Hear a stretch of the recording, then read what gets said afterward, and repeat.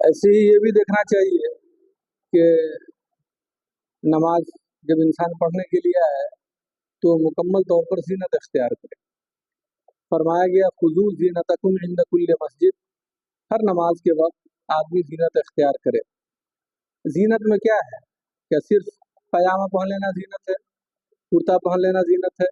नहीं, बल्कि जो चीज़ नमाज के लिए ज़रूरी है, यानी सितरे औरत करना, इसके अलावा जो चीज़ें हैं जो इंसान के लिए ज़ीनत का दर्जा रखती हैं, उन चीज़ों को इख्तियार करना आदमी के लिए बहुत ज़रूरी है। ये हुक्म दिया गया, इस्लाम का हुक्म है। ज़ीनत के अंदर हम देखते हैं टोपी भी आती है। सबक उन लोगों को लेनी चाहिए जो संडो गंजी वगैरह पहनकर आ जाते हैं नमाज की अदायगी के लिए। नमाज तो हो जाएगी, अल्लाह के नबी जनाब मोहम्मद रसूलुल्लाह सल्लल्लाहु अलैहि वसल्लम के ज़माने में एक कपड़े में नमाज होती थी। इसी तरीके से आदमी अगर सितरे औरत कर ले तो नमाज के हो जाने के लिए काफ़ी है।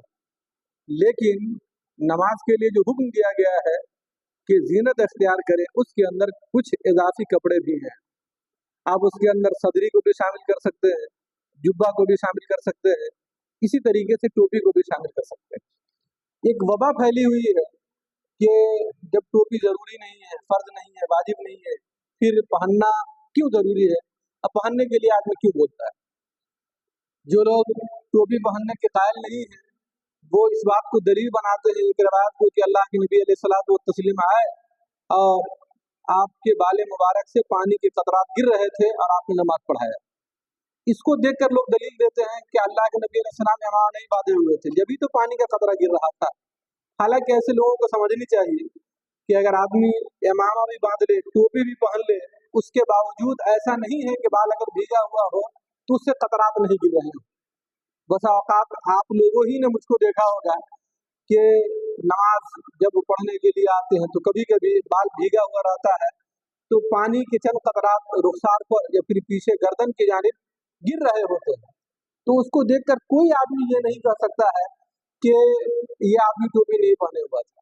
तो अल्लाह के नबी अलैहिस्सलातु वत्तस्लीम की इस रिवायत को भी समझनी चाहिए, रिवायत का मकसद क्या है। और रिवायत से ये बिल्कुल नहीं साबित होता है कि हुजूर सरवर कायनात अलैहिस्सलाम ने बगैर टोपी के या फिर बगैर इमामा के नमाज पढ़ी है। इसीलिए जब नमाज के लिए तशरीफ लाएं तो जीनत को इख्तियार करें और जीनत में टोपी को देखें आप। अगर यही बात की रवायत के अंदर और बुखारी की रवायत में ऐसा नहीं है कि आदमी टोपी को या फिर इमामा को लाजमी तौर पर इख्तियार करे, तो ऐसे लोगों के लिए हजरत मुसअब इब्न उमैर रज़ियल्लाहु ताला अन्हु का वो वाक़या भी काफ़ी है कि ये ऐसे सहाबी हैं जो बहुत मालदार थे। हजरमूत दूसरे मुल्क से उनका जूता सिलकर आता था, शाम की वो खुशबू लगाया करते थे।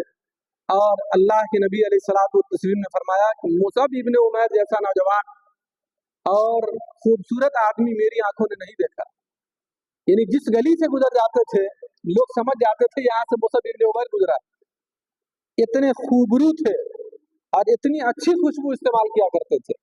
लेकिन जब मैदान जंग में उनकी शहादत हुई है और कफन देने की बात आ रही है, तो उसी बुखारी की रिवायत में है कि कफन का कपड़ा छोटा पड़ गया और इतना छोटा पड़ गया कि सर को ढांका जाता था तो पांव खुल जाता था और पांव को ढांका जाता था तो सर खुल जाता था।